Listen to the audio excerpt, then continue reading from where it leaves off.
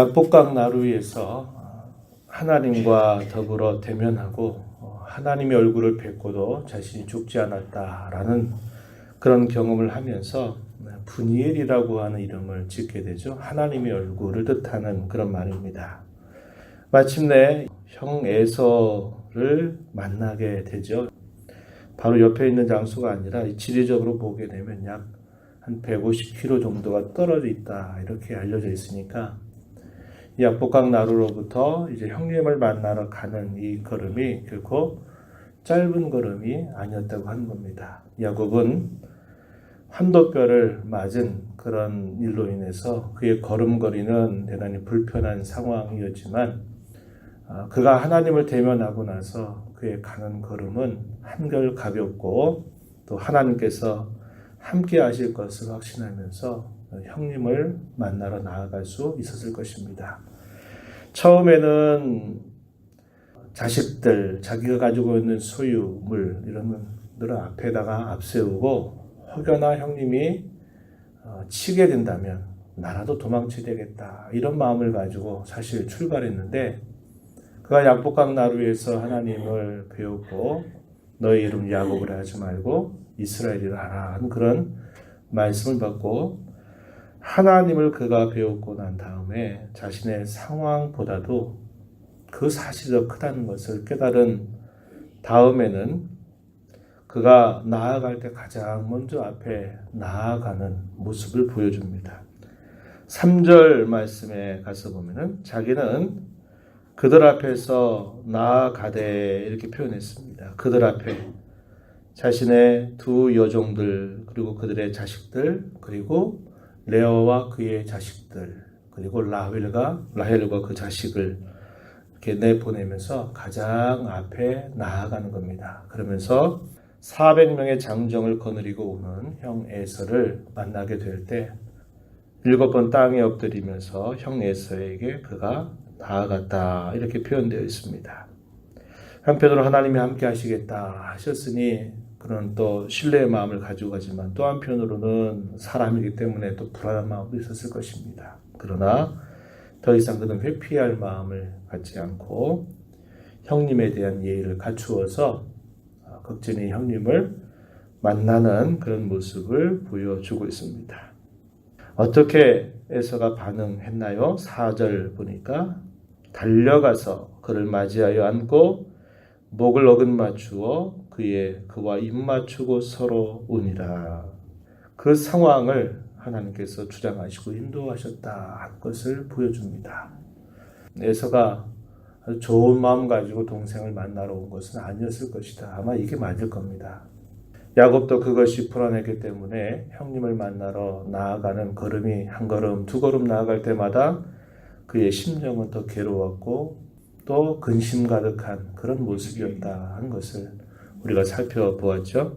그런데 하나님께서 야곱을 만나 주셨고 하나님이 그의 마음을 바꾸어 주셨고 또 모든 상황들을 하나님께서 너무나 복되게 인도해 주시게 됩니다. 그래서 서로 안고 입 맞추고 서로 우는 그런 화해의 아름다운 장면이 펼쳐지게 되었습니다. 야곱 형에게 설명합니다. 내가 삼촌 라반의 집에 있으면서 아내들을 얻게 되었고 이러한 자식들을 얻게 되었다라고 소개를 하고 그리고 그 형님을 향해서 이해를 갖추어서 절을 하는 모습이 표현되고 있고요. 형님에게 예물로 드리려고 준비했던 그런 많은 것들을 드리려고 하는데 이 에서가 거절합니다. 나에게 충분하게 그런 거 있으니 그거 주지 않아도 된다. 이렇게 에서는 말하지만 야곱은 강권합니다. 그래서 마침내 에서가 이것을 받아들이도록 그렇게 하고 그가 이 형님 에서에게 하는 말이 어떤 말이 있었냐면 우리가 읽었던 10절 말씀에 보니까 이렇게 말합니다. 청하건대 내 손에서 이 예물을 받으소서. 내가 형님의 얼굴을 배운 즉 하나님의 얼굴을 본 것 같사오니 형님도 나를 기뻐하심이니이다. 하나님의 얼굴을 본 것 같다. 어디서 그가 고백했던 말입니까? 약복강 나루터에서 하나님과 씨름한 그의 모습을 보면서 하나님을 대면했는데 내가 죽음을 당하지 아니했다. 그래서 그곳 이름을 분이엘이다 이렇게 짓게 됐는데 형 에서를 만나서 그 표현을 하고 있는 겁니다. 내가 하나님의 얼굴을 본 것 같습니다. 형님도 나를 기뻐하신다 이렇게 이야기하면서 이 임의를 꼭 받아달라 이렇게 강권을 하게 됩니다. 그리고서 함께 가자라고 말하는 에서 400명의 장정이 이제는 야곱을 위협하는 세력이 아니라 야곱을 마치 에스코트해서 내가 너의 갈 길을 내가 인도하겠다라고 이야기해 주죠. 그런데 야곱이 거절합니다. 형님, 같이 가기에는 지금 짐승들이 또 새끼들을 낳을 그런 즈음이기도 하기 때문에 같이 가기는 어렵습니다. 먼저 가시면 내가 나중에 형님 있는 대로 가겠습니다. 이렇게 대답을 합니다. 형에서는 그러면 몇 명이라도 내가 너에게 남겨두어서 내 가는 길을 인도하도록 하겠다. 이렇게 이야기하지만 야곱은 그것마저도 거절하게 되는 겁니다. 그러면서 그가 가는 도중에 숫곳이라고 하는 곳에 그가 도착을 하게 됩니다. 이 숫곳이라고 하는 게 우리간 이런 뜻을 가지고 있는 이름인데요. 정착을 하게 되면서 거기에 집을 짓고 가축을 위해서 우리간을 만들게 됩니다. 그가 위협을 느꼈고 두려워했던 그 상황은 하나님께서 화해의 상황으로 그를 바꾸어 주시게 되는데 그 상황이 끝나고 나니까 그의 태도가 바뀌어가고 있는 것을 볼 수 있습니다. 그의 태도가 어떻게 바뀌어가냐면 그는 세일 땅으로 가겠다 이렇게 얘기하지만 그는 형님에게 나아가는 일들을 잊어버리게 되고요. 또 하나님께서 삼촌 라반의 집에 있을 때 내가 나에게 약속했던 곳으로 너 가도록 해라. 베델이라고 하는 곳에서 내가 그곳에서 돌로 기둥을 쌓고 또 11조를 드리며 나의 하나님이 되실 것입니다. 라고 서약했던 그것을 그에게 기억나게 하고 마침내는 속의 땅인 그의 아버지 있는 곳으로 가라고 하는 것들을 말씀해 주셨는데 야곱이 지체하게 되는 겁니다. 그리고 그곳에 머물게 하다가 이제 어디에 그가 머물게 되냐면 세겜 성읍 땅에 그가 머물게 됩니다. 18절 보니까 야곱이 밧단 아람에서부터 평안히 가나안 땅 세겜 성읍에 이르러 그 성읍 앞에 장막을 치고 그가 장막을 친 밭을 세겜의 아버지 하몰의 아들들의 손에서 베크시타라고 하는 돈을 주고 샀다 이렇게 말합니다. 그리고 그곳에다가 제단을 쌓고 그곳 이름을 엘로헤 이스라엘이란 그런 이름을 짓게 됩니다. 이 무슨 말이냐? 하나님, 이스라엘 하나님 이것을 뜻하는 말 엘로헤 이스라엘 이렇게 부르면서 그곳에 머물게 되었다는 겁니다. 사람이 큰 어려운 일을 만나게 될 때 하나님의 이름을 찾고 의지하고 또 가면서 하나님이 그 상황을 바꾸어서 선한 길로 인도하시게 되면 자신 해야 할 도리를 생각하고 그 은혜를 은혜로 알고 어떻게 내가 그 은혜에 반응할까를 생각을 해야 되는데 이 야곱이 가는 길이 계속 더뎌지고 안주하려고 하는 그런 모습을 보게 되는 겁니다.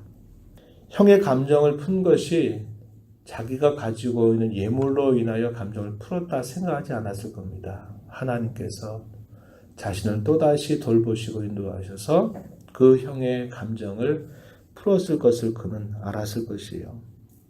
그가 그러한 좋은 상을 맡게 된 것은 약복 나루터에서 간절하게 하나님을 찾았기 때문에 라기보다는 하나님께서 그를 만나 주셔서 그를 긍휼히 여겨 주셨다고 하는 것을 야곱은 알았을 겁니다. 그런데 시간이 지나면서 그 모든 것들이 마치 자기가 한 것이냐 또 생각하는 그런 모습으로 변해가는 것 같다는 거죠.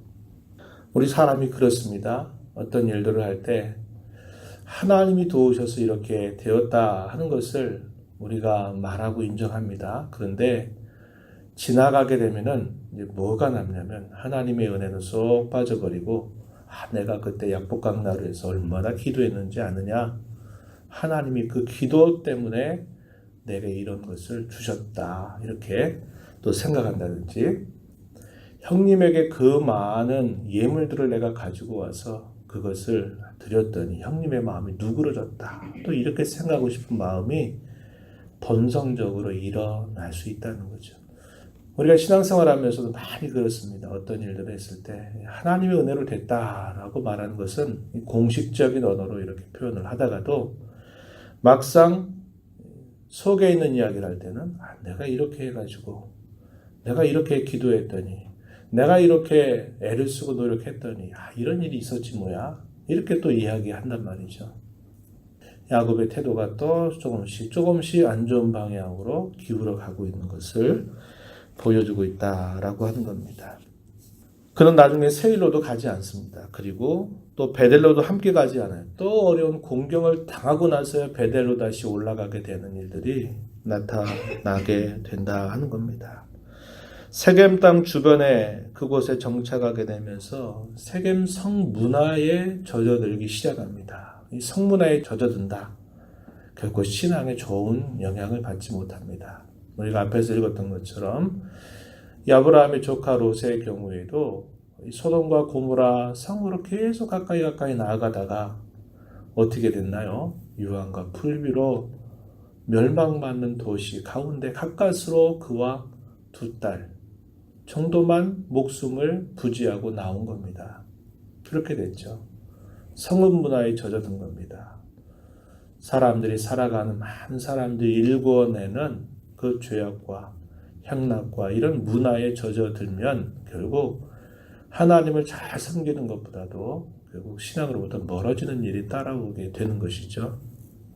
야곱이 그런 영향을 또 받기 시작한 겁니다. 문제가 발생돼요. 여기에서 우리가 다음에 읽어간 그 말씀을 통해서 우리가 확인하게 되는 겁니다.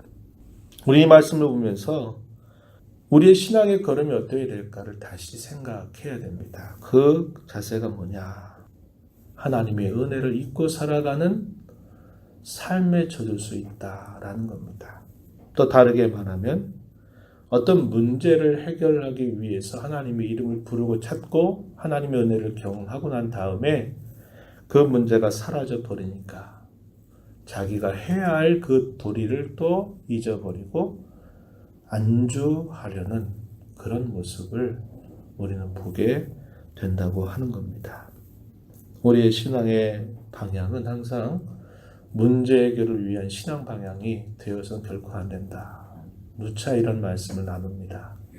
문제 만나서 문제 해결하기 위해서 하나님의 이름을 찾고 부르고 하다가 그 문제가 이제 잘 해결이 돼버리면 그 문제를 해결하신 하나님 앞에 내가 더 믿음의 걸음을 잘 걸어가야 되겠다. 신앙의 바른 길을, 정로를 걸어가야 되겠다. 이런 생각을 우리가 하지 못하고 또 치우쳐버리는 삶을 살게 되는 위험이 늘 우리 가운데 있다는 것을 우리는 깨닫게 되는 것이죠. 하나님을 기쁘시게 하기 위하여 우리의 신앙의 걸음의 방향을 잡고 하나님을 섬겨가는 우리의 신앙의 자세가 되어야 하겠습니다. 오늘 이 말씀을 기억하면서 하나님 앞에 그러한 신앙의 걸음을 잘 걸어서 문제 해결 중심의 신앙생활이 아니라 우리의 삶의 형편이 어떠하든지 간에 늘 하나님과 함께 동행하는 삶, 하나님의 뜻을 늘 생각하는 삶, 그분의 은혜를 은혜로 알고 그 은혜를 보답하며 살아가는 삶을 살아가도록 도와주시옵소서. 이렇게 기도하시면서 또 이 하루의 삶을 살게 되기를 축복합니다. 하나님 아버지 감사합니다. 이 새벽 시간에도 저희들에게 생명과 호흡을 허락하셔서 주 앞에 불러주시고 찬송하며 오늘도 앞서가시며 저희들에게 말씀하시는 주의 음성을 듣게 하시니 감사합니다. 야곱과 함께 하셨던 하나님, 삶의 큰 위기를 만날 때마다 각별하게 그를 돌보시고 그를 만나주시고 인도하신 하나님의 손길을 봅니다. 형님 엘서를 만나는 그의 심령이 두려움으로 가득했던 그의 모습이었지만 하나님께서 마음도 바꾸시고 상황도 바꿔주셔서 오히려 화해의 자리가 되게 하시는 하나님의 손길을 베풀어 주셨습니다. 그럼에도 불구하고 그런 모든 상황이 지나갈 때 또다시 하나님의 은혜를 또 잊고 하나님께 말씀드렸던 자신의 도리를 또 잊고 또 주저하고 안주하려는 그의 모습을 보면서 오늘날 우리의 신앙의 걸음이 어떠한지를 다시 한번 주 앞에 생각해 하시니 감사합니다. 저희들의 신앙의 걸음이 임시변통처럼 문제 해결을 위한 그런 신앙의 걸음이 되지 않게 하시고 우리 모든 삶이 하나님의 손에 있음을 언제나 기억하고 우리의 삶이 어떠하든지 하나님과 함께하는 삶, 하나님을 기쁘시게 해드리는 삶, 동행하는 삶을 살아가도록 저희의 마음을, 저희의 신앙을 새롭게 하여 주시옵소서. 은혜의 보호자 앞에 나와서 간구하는 모든 종들을 긍휼히 여기시고 간구에 귀를 기울여 주시고 기도 가운데 주의 음성을 듣게 하시고 또다시 새로운 하루 순종의 삶을 살아가도록 도와주옵소서. 예수님 이름으로 간절히 기도하옵나이다. 아멘.